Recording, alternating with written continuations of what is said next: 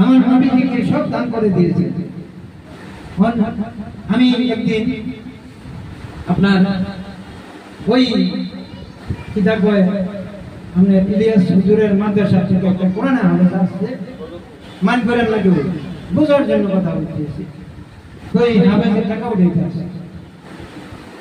আল্লাহর নবী সাল্লাল্লাহু আলাইহি বলেন, হুজুর সাল্লাল্লাহু আলাইহি ওয়াসাল্লাম বলেন, যার ভিতরে 30 সিফারা কোরআন তেলাওয়াত রয়েছে সে সাধারণ লোক নয়, তাকে আল্লাহ তাআলা ওই আপনার ওই আওলাদ দিয়ে 4000 লোক নিয়ে বাবার জান্নাতে যাওয়ার ব্যবস্থা আল্লাহ তাআলা করে দিয়েছেন।